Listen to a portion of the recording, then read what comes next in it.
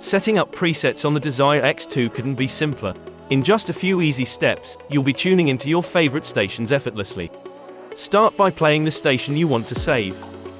Then press and hold one of the number buttons, located on the front panel, to set it as a preset.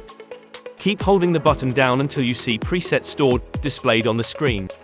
Repeat these steps to save more stations to the dedicated numbered buttons. To save stations beyond the numbered buttons, just hold down the preset button until you see preset store appear. Then, use the dial to choose where you want to save the station and confirm by pressing enter.